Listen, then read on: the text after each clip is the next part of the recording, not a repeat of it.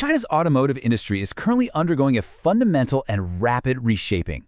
What we're witnessing is an intense conflict that will define the market for years to come.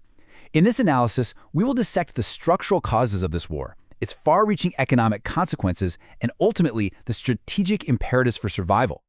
So let's get right to our core thesis. This isn't just the price war. What we're seeing is nothing short of an industry purge. The relentless price cutting isn't some temporary tactic to move a few more cars. No, it's a symptom of a much deeper structural consolidation. It's an inevitable shakeout, and it's being driven by some very severe imbalances in the market. Here's how we're going to break this down. First, we'll define why this is more than just a price war. Then we'll look at the twin pressures causing it. After that, we'll see how the entire value chain is being stressed. Fourth, we'll analyze the high-stakes globalization gamble. Fifth, the rising risks from that strategy. And finally, we'll lay out what a survivor's blueprint actually looks like. Okay, let's dive into our first section, more than a price war. Here, we're going to define the fundamental nature of this conflict and the strategic dilemma at its heart. The best way to frame this is as a classic war of attrition. Victory isn't about a single brilliant move, it's about outlasting your opponent by depleting their resources. And that is exactly what's happening. Every single automaker is facing this brutal choice. You have to sacrifice your profits at home just to hold on to your market share. So where does the money for this costly battle come from? Well, it's being bankrolled almost entirely by a high-risk, high-reward global expansion. Essentially, profits made from selling cars overseas are being funneled right back into China to fund the fight. So that brings us to Section 2, the twin pressures. What's actually driving this? Well, it really boils down to two fundamental imbalances in the market that are forcing this purge: record high inventory and massive structural overcapacity. Let's start with the first pressure, a mountain of inventory. As of the first quarter of 2025, just 18 of the major listed automakers were sitting on a staggering 405 billion RMB in unsold vehicles. That is a record. And when you have that massive an overhang, it creates immense, almost unbearable downward pressure on prices. Companies are simply forced to slash prices to clear that stock.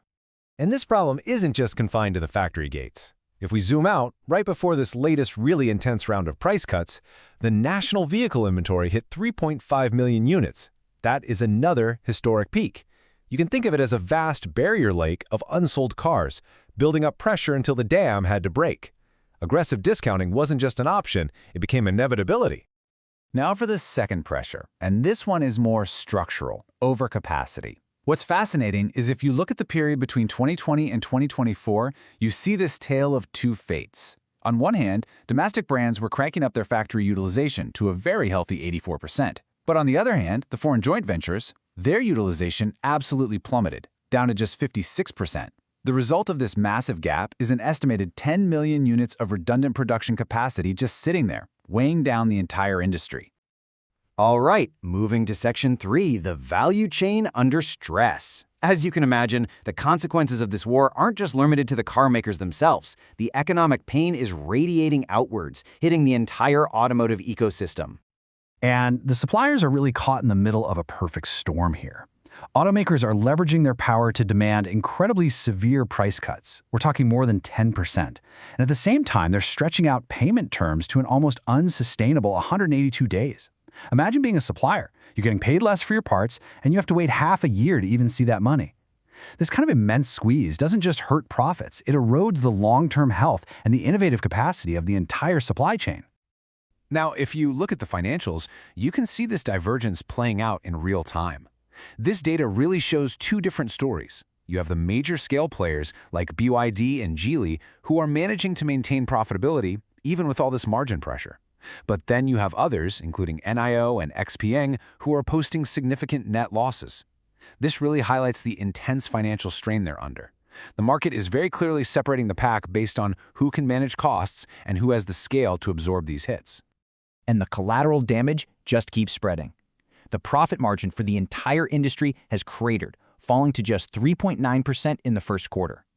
Think about the legacy joint ventures, which used to be absolute cash cows.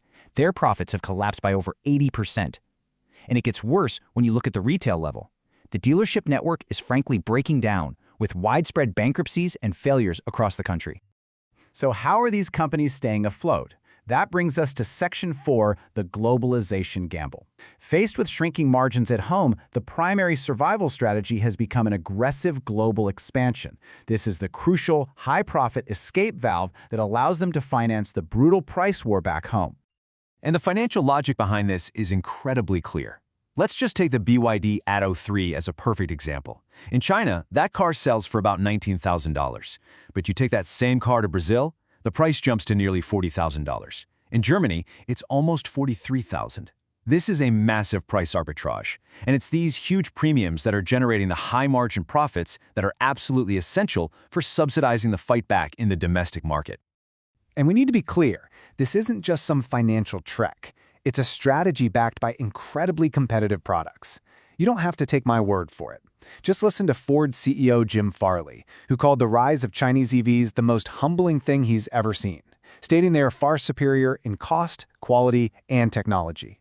When a major Western competitor says that, it's a powerful validation of this entire export-led model. But there is a major threat looming over this globalization strategy. And that brings us to Section 5, rising walls, rising risks. The lifeline of overseas profits is now being directly threatened by geopolitics. That critical pressure relief valve we talked about, it's in jeopardy. We're seeing this play out in the form of a growing tariff wall. In the European Union, they're slapping on additional tariffs of up to 35.3% on top of what's already there. This is a direct attack on the price advantage of these imports. And then you look at the United States, the Section 301 tariffs have created a barrier of over 100%. That's not just a barrier, it's a wall. It effectively closes the market entirely to direct exports. So what's the strategic countermove? Well, it's localized production. You build factories inside these markets to get around the tariffs. But here's the challenge, and it is a big one.